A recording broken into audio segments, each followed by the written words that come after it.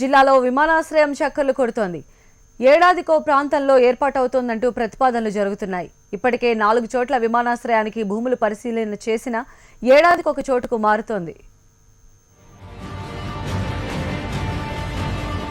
నెల్లూరు జిల్లాలో ఏర్పాటు చేయదలిచిన విమానాశ్రయం ఏడాదికో చోటుకు మారిపోతోంది.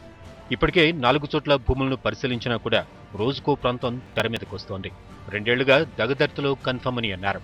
దాదాపు 200 కోట్ల రూపాయలు ఖర్చు కూడా చేశారు. 220 ఎకరాల భూమిని సేకరించారు. అసైన్మెంట్ భూములకు 100 కోట్ల చెల్లింపులు కూడా జరిగాయి. మరో 60 కోట్ల రూపాయల చెల్లింపులకు చెక్కులు కూడా రెడీ చేశారు. అయితే పాలకులు మనసు మార్చుకున్నారో ఏమో కానీ దగదర్తి కాదు కృష్ణపట్నం అంటూ ప్రతిపాదనలు చేస్తున్నారు.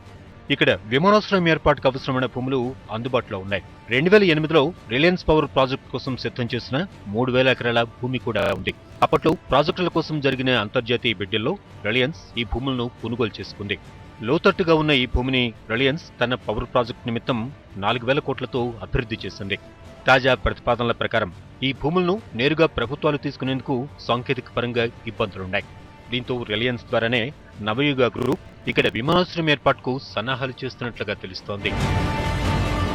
జిల్లాలో తొలిసారిగా నెల్లూరు సమీపంలోని కొత్తూరు, అక్కచెరువుపోడు ప్రాంతాలను 7 ఏళ్ల క్రితం పరిశీలించారు. ఆ తర్వాత సర్వేపల్లి నియోజకవర్గంలోని సర్వేపల్లి, రామదాసు, కండగ ప్రాంతాల్లో విమానాశ్రయానికి భూములను సేకరించాలని నిర్ణయించారు. ఆ ప్రతిపాదనను కూడా విరమించుకుని ప్రకాశం, నెల్లూరు జిల్లాలకు మధ్య మార్గంగా దగదర్తి మండలంలోని దామవరం భూములను విమానాశ్రయానికి అనుకూలంగా గుర్తించారు. గడిచిన 2 ఏళ్లలో ఇక్కడ 100 కోట్లకు పైగా ప్రభుత్వం పెట్టుబడులు పెట్టింది. 2 నెలల క్రితం 9 కోట్ల రూపాయల పరిహారాన్ని కూడా చెల్లించారు. భోగాపురం విమానాశ్రయం నిర్వాహకులు వెంకటేశ్వరరావును ఇన్ఛార్జిగా నియమించారు. దీంతో ప్రాథమిక రన్వే సహా మొత్తం ప్రాజెక్ట్ డిజైన్కు రూపకల్పన కూడా చేశారు.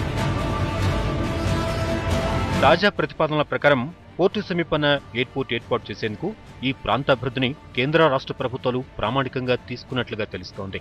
మరి ఈ ప్రతిపాదనలైనా అమలు చేస్తారో లేదో వేచి చూడాల్సిందే.